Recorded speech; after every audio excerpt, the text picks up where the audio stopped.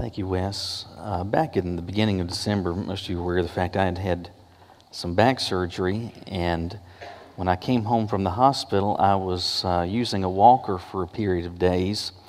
And that first week, as the surgeon had told me it was going to be, is one that I'm not going to feel like doing much of anything, and I did not. I would be on the bed or on the couch or hobble to the bathroom. That was about the extent of it. By the time, though, we'd gotten to the second week, I was so tired of being cooped up. I'm a person who likes to be busy doing something, and just sitting looking at the same walls all the time gets quite old. And so I had said to Caroline, why don't we go to Costco? And I didn't need anything, but just something different to look at. And their samples are a lot better than Sam's anyway. So I said, let's go to Costco. And she said, how in the world are you going to do that? I said, I'll ride one of those battery-powered carts. And she said, well, what if they're already used, like if other customers have them? I said, we'll get one of those flatbed carts, and we'll pull a mattress out, and then you could just push me on that.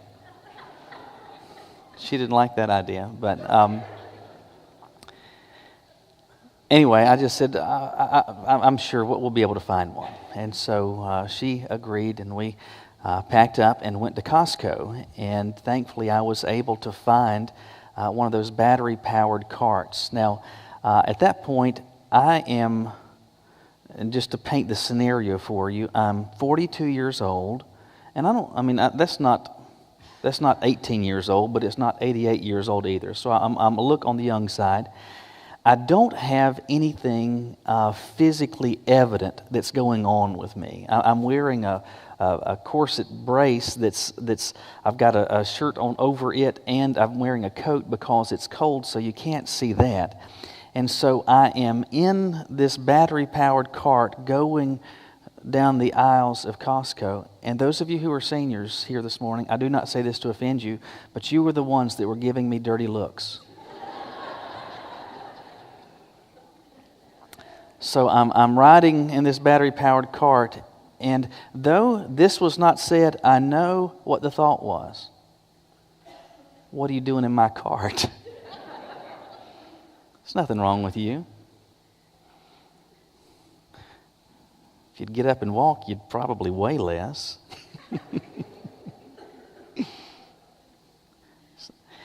I'm getting all of these angry kind of looking stares, and finally it gets to the point I just kind of ride like this and am not paying any attention to that. I kind of wish that, like, I didn't know if there's like a handicap necklace you could wear, like get one of the parking things, maybe put that around just so that people wouldn't say anything, or at least not think anything ill of me. And I just, though it wasn't said, I knew what the thought was. And you can put yourself in that scenario. You can just say, I know what the thought was.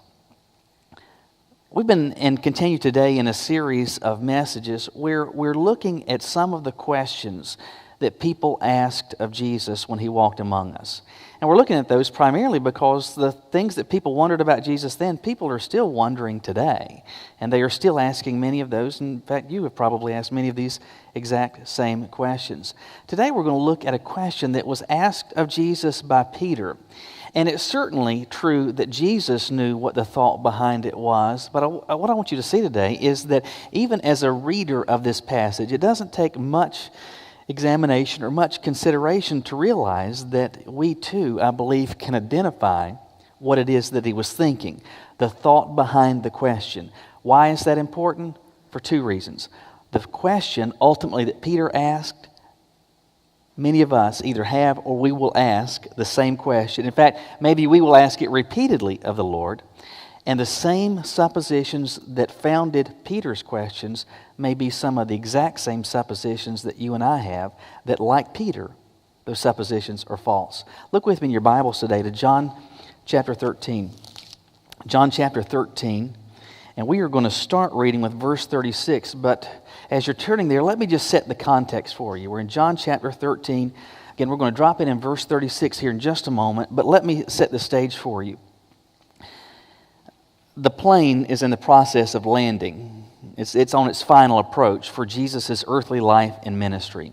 As chapter 13 begins, you can read about how Jesus has washed the disciples' feet after the last Passover. He has predicted Judas's betrayal. Judas has now left the presence of Jesus and the rest of the disciples to complete the betrayal that he had already negotiated of Jesus. And then when you get to verse 33, Jesus says to his disciples, he says, I'm with you a little while longer. And when Jesus says little, he means a very little bit longer. Then he says, you'll look for me, and just as I told the Jews, so now I tell you, where I am going, you cannot come. And that leads us down to verse 36. With all that as the context, Peter says to Jesus, where are you going? And Jesus responds, where I am going, you cannot follow me now, but you will follow later. Oh, Peter's not, he's hearing that, but he's not getting it, right? We who have the rest of the story, and we know how things are going to unfold, and Peter had no idea that Jesus is getting ready to be arrested, go through a series of false trials, wind up on a cross, die, 3 days later experience the resurrection, 40 days after that, finally ascend to be back with the Father. We know that. Peter didn't know that. Peter also did not know that after Jesus ascended, he was going to continue to operate as a representative of Jesus, continuing to point legions of others in Jesus' direction, helping them to experience victory over death, ultimately just as Jesus experienced it. Peter at this point had no idea that his last breath on earth would be brought about not because of old age, but because of his life being taken, suffering as a martyr because of his commitment to Christ. He had no idea that ultimately he was going to wind up with Jesus, but it was going to be much later. And all of those other things were going to happen first. And so he says to Jesus, where are you going? Jesus again responds, where I'm going, you cannot follow me now, but you will follow later. It's going to be later. And you understand, he's not going to be able to follow Jesus until his life on this earth has ended. And Peter says in verse 37, Lord, why can't I follow you now?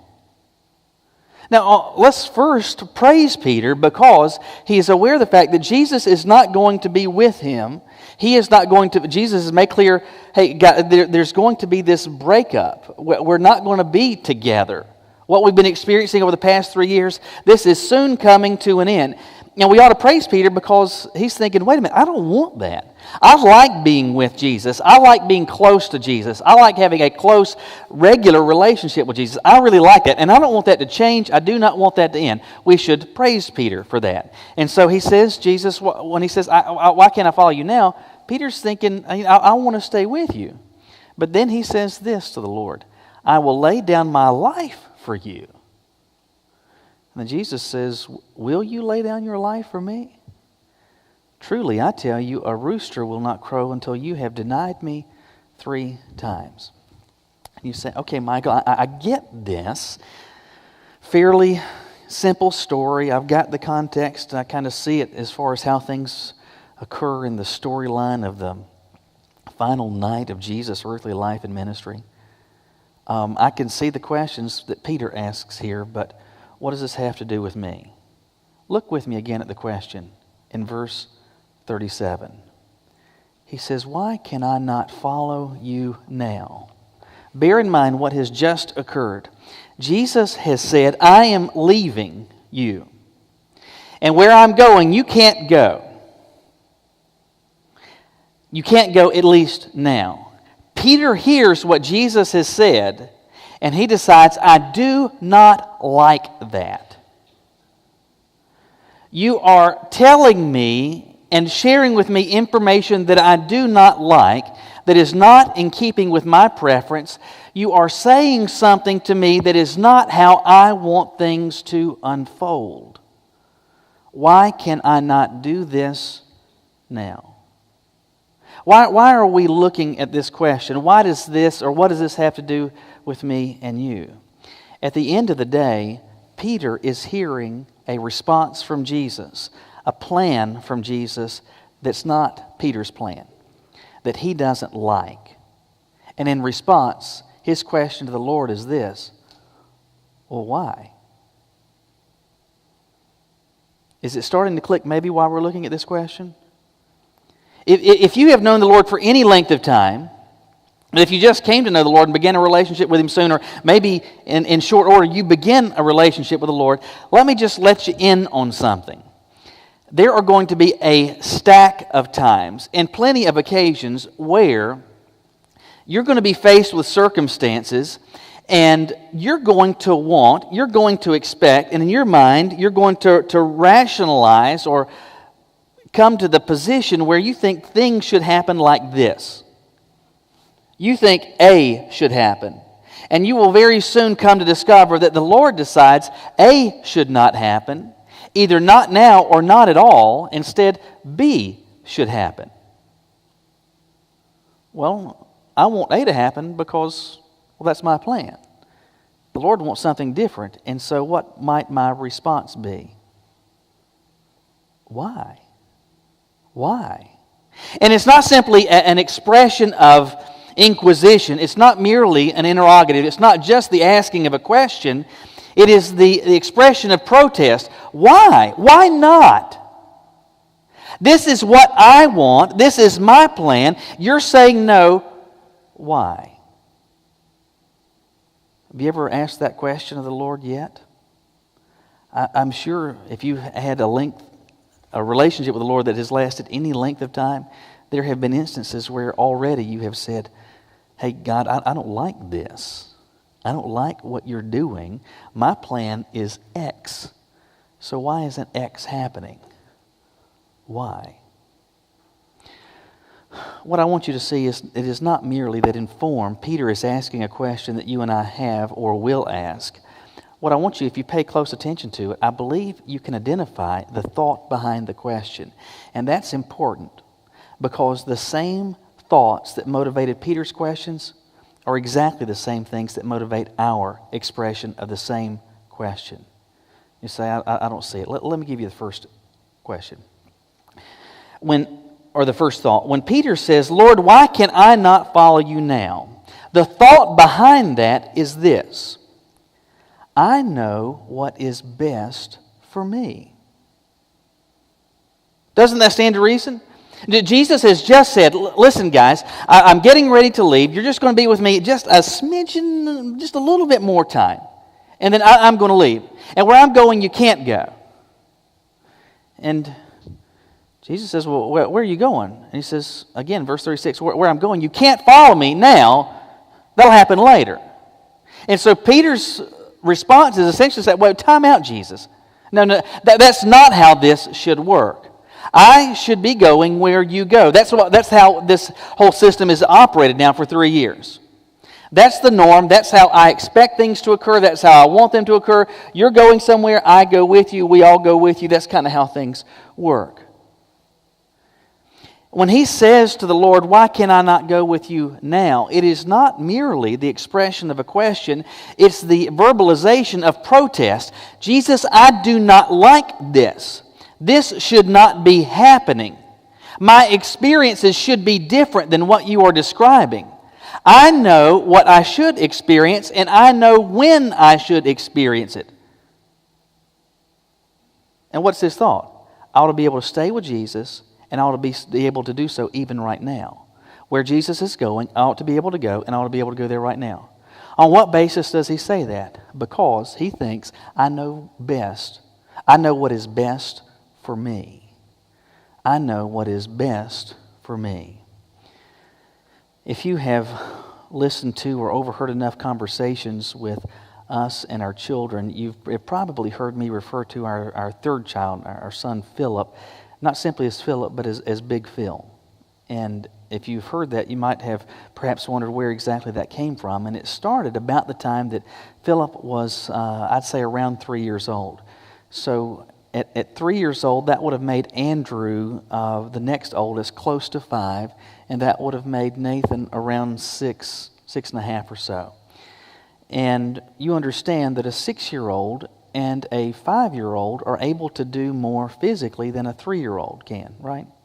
And so because of that, there were regularly instances where Nathan and Andrew were able to do things that Philip was not permitted to do. For example, if you've ever been over to Triad Park, they've got these, they're made out of concrete, but it's made to look like rocks. And they've got them of varying size that you can climb. And so Nathan and Andrew were able to climb on bigger rocks than Philip could because he was so small. And he would hear from us when we would say no. He'd say, why can't I do that? Well, Philip, you're just not big enough. You're not big enough. Your brothers are older. They're bigger. They can do these things. And his response was, but I'm big. But I'm big. So his response was a protest. I am not experiencing what I think I should experience, and I am communicating to you, I know me, I understand me, I know what is best for me because I am big. Well, that kind of stuck, so we just started calling him Big or Big Phil. But he was communicating to us repeatedly, I know best what I should experience. I ought to be doing these things exactly like they're able to. You're communicating to me that my experience, or what you're going to permit me to experience, is different than what you're saying no, and I don't like that. And I'm telling you it ought to be different. Why is that the case? Because I know best what it is that I should experience. When Peter says to the Lord, you see it in verse 36, why can't I follow you now? If you think about that, you can identify what it is that he's thinking. He's thinking, I know what is best for me. Bear in mind who it is that he's saying this to. He's saying this to Jesus. He's saying this to the one that has created that which exists, and according to the Scriptures, upholds everything by the word of his power. He's saying to the one who has made everything, I know better than you what's best for me. Isn't that an interesting position to be in? I mean, if I were just to give you a sheet of paper that has a question up at the top, and yes or no as a check mark, do you fill in the blank at the bottom? Do you want to say to God that you, more than He, knows what is best? Do you want to say that to God, yes or no? I think consistently you would say, absolutely not. There's no way I would say to God, I know best, better than you. Now, though we may say that in a general sense, candidly, when God communicates that His plans for me, and that His plans in this circumstance or this circumstance in the future, that they are going to be different than my expectation for myself. And when I look at God not simply asking why, but also protesting, saying, why is this? It ought not be this way. When I'm effectively waving my fist at Him, I am communicating to Him, I am saying to Him, hey God, I know better than you, the one who made me, what's best for me. In isolation, in a vacuum, I don't want to say that to God. But to be honest with you as well, though I say that in the absence of circumstance, my hope is that even in the face of circumstances that aren't in keeping with my plan, even then I do not want to say to the Lord, hey God, I know better than you. But in truth, when I have protested, when I have said, God, why not X? Why not this now? I'm saying to Him, hey, I know better than you what's best for me, which is a patently false statement. Not only does Peter say that to the Lord, not only does he say, why can't I follow you now? He elaborates and he says, listen, Jesus, I would lay down my life for you. Which in part is saying, Jesus, even if you were to go through circumstances that would result in your death, if I were to follow you and my life were to be on the line, I would be willing to lay my life down. I would be willing to die because my commitment to you is so profound, because it is so deep, because it is so thorough and consistent. When he says that to the Lord, I will lay down my life for you. If you give consideration much to this, you can identify the thought behind it.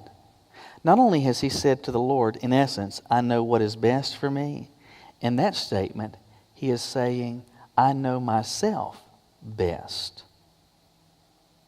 I know myself best.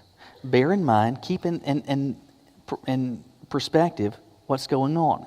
Jesus has just communicated, I'm going to be leaving. I'm going elsewhere. And Peter's saying, I want to go. And Jesus says, you can't go there now. You can, you just can't go there now. And Peter's protesting. He's throwing a yellow flag saying, Jesus, this is not how it should be. Why can't I experience this now? I know what is best for me and when I should experience that. But beyond that, Jesus, I am so committed to you, so thoroughly invested in you. The sky's the limit. In fact, there is no limit to the depth of my commitment to you. I am absolutely, thoroughly willing to lay my life down for you. And what is Jesus' response? Oh, you're willing to lay your life down for me. Oh, really? Verse 38. It's a question, but certainly it's a rhetorical question by Jesus. He says, will you lay your life down for me? Oh, really, Peter? So even if it got to the point where a gun is put to your head, you'd say, pull the trigger. Because your commitment to me is so thorough, your commitment to me is so sure. Let me just tell you what's going to happen. Before the rooster crows, so before sunrise, not once, not 2 times, but 3 times, you're going to deny me. In fact, we who have the rest of the story know the details. I mean, 3 times in the course of one night, strangers are coming to Peter as they see him, and they're not putting a gun to his head. They're not threatening his life. In the scheme of things, they're just kind of asking the question, hey, aren't you one of those Jesus people? Aren't you one of those guys that was hanging out with him? And do you remember that Peter doesn't simply say no? I mean, that Peter uses, he's cussing at these guys. It's not just no. And it's not just one time, but 3 times in the span of one night, 3 separate instances. And it's not that Peter's life is on the line. It's just simply that the question is asked, hey, weren't you as an associate somehow? Didn't you work for Jesus? No. You have me confused with someone else. You must have me confused with someone who cares. No, I know nothing of him. Complete stranger, nothing to do with him. Now bear in mind, just hours before, he's told Jesus, I'm with you to the end. I mean, even if the cost, the sacrifice demanded is of my life, I'm willing to sign my own death warrant for you. That's how deep my commitment is to you. That's why it is that I ought to be able to experience this now. I so understand, I so know myself, that I know without hesitation, without reservation, I am more than willing to give my life for you. And within hours, has 3 times said, I don't even know who the guy is. What does this say to us? It says to us about Peter when he protested that God was doing, when he's protesting to Jesus that he is not able to experience what he wants to experience and when he wants to experience it, that he knows himself best. Hey, Jesus, you're suggesting that I shouldn't be able to experience this now, and clearly that must be based on some perceived weakness or some perceived lack of readiness, lack of commitment, lack of whatever. But I'm telling you, I know me. I'm willing to die for you. But when push comes to shove, he won't even say that he knows who he is. His protest was saying to the Lord, it was based on this thought, I know myself best. I was talking with some friends just yesterday, and I was reminded that I have done something twice so far in my life, and that is to back into a closed garage door. I don't know if anybody else has done that. The first time it happened, we were still living in Charlotte, and what actually had happened, I had gone into the garage and the door was up, but I don't know, I wasn't thinking, and so I got into my car, cranked it up and pressed the button thinking I'm opening the door, and I began to back as the door's coming down, and so I smashed the door. I'm thankful I didn't destroy it. You can still get out that way. You have to press the gas really hard. I don't recommend that, but I did a little bit of damage, nothing huge. I didn't break the door. I broke the Honda emblem on the back of the car and left a little mark. Not that big of a deal. But after that, I thought, man, Michael, you idiot. And I remember thinking, I was so careless. That will never, ever happen again. I am not going to do that again. I have learned my lesson. This will never occur. I will never, ever be so careless, so foolish, that I would back into a garage that has the door closed or closing. I will not do that until we move to our current house. And I'm not in the car, but I'm in the van. And I don't even honestly know what happened that day. I just got in. I blame the children, and so it's their fault. And Caroline was, I don't think I had all the kids, but I get in the car, and I don't know what happened. I crank it up, I put it in reverse, and thankfully I was slowly backing out, and I thought, what is that noise? Well, that's the sound of my bumper pressing against the door, and the sound of wood beginning to crack. And I thought to myself afterwards, how in the world, Michael, can you be so dumb? You said this would never, ever happen again, but now it has gone and happened again. You have two vehicles, and both of them show proof of you just backing out of a garage. But I said to myself, it will never, ever happen again. And you know what? It happened again. It happened again. Well, how is that the case? In part, it's because of this. I don't know myself as well as I think I do. Have any of you ever experienced or done something that you thought never in a million years will that ever happen to me? Give an example. Just in the past 10 days, a guy named Frank Page. Some of you may be familiar with him. For years, he'd been the pastor of First Baptist Taylor, South Carolina. Was twice elected president of the Southern Baptist Convention, and for the past 8 or 9 years has been president of the executive committee of the Southern Baptist Convention. And so on a day-to-day basis, this is the guy that's kind of running the denomination. So you got 15 million, a denomination of 15 million people, 40-some thousand churches, hundreds of millions of dollars coming into this organization. He's the day-to-day head of it. Just this past week, his retirement initially was announced, that he was retiring as president of the executive committee. And within hours, the statement was amended to say, because of a recent moral failure. I don't know if details will come out. He's 65, he just turned 65 years old. But odds are, you probably speculate, he's probably done something where there was a failure in his commitment to his wife. I bet you Frank Page would have said, that would never happen to me. Especially you get to your 60s. You've been serving the Lord for a long time. You've been really useful in His service. You've been very faithful to your spouse. This will never happen to me. You know, at the end of the day, you know yourself better than anybody else around you.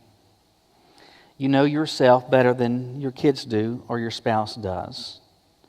You know yourself better than your boss does or your coworkers or your neighbors do. But you do not know yourself like the Lord knows you. And about the time that you think, hey, I really know myself, then you start to make statements or to have thoughts, oh, this will never in a million years happen to me. Oh, no, I've got that door locked and barricaded. That's never, ever, ever going to happen. That wouldn't happen to me.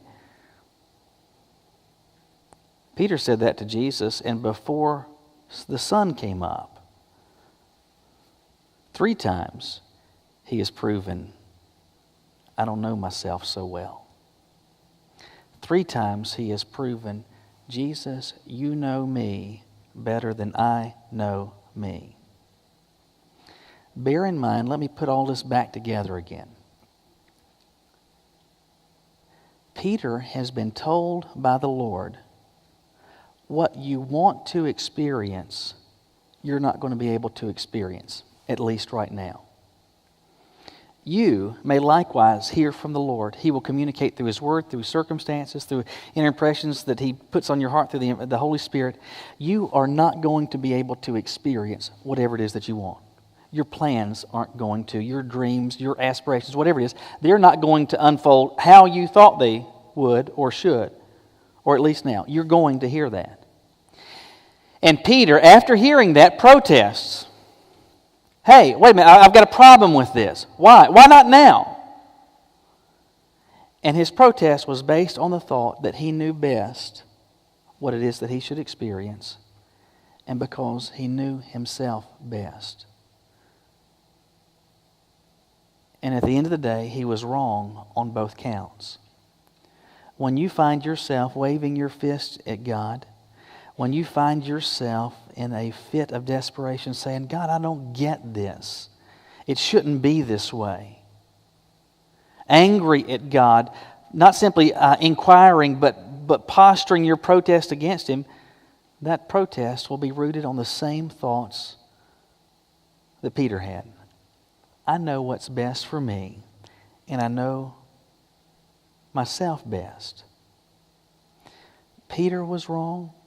And if I think that, I will be wrong. And if you think that, you will be wrong. So is that where we leave it? And just say, well, it shouldn't be that way. It just kind of stinks. Let me, in terms of application, give you this. There are going to be times in the future where God tells you no. Your plans, Michael, your plans, fill in your name, they are not going to unfold how you wanted, how you expected, or how you would have preferred. You're going to hear God say no. And when that comes, your temptation will be to operate like Peter and to protest. To say why? Based on what we see going on here, can I suggest to you a different question to ask? Lord, you are not doing things how I had hoped, how I would have wanted, or how I would have expected. But I believe this. You know what's best for me, and you know me best. Will you help me to be okay with your plan instead of mine? And you know what? I think that's a question that God can say yes to. I will help you be okay with my plan instead of yours. Maybe it's time we start asking a different question. Will you bow your heads with me?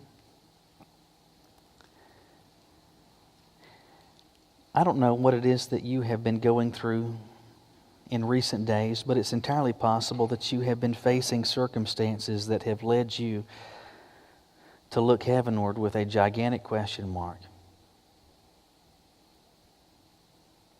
Perhaps even frustrated with God that He's not doing what you wanted, how you wanted, and when you wanted.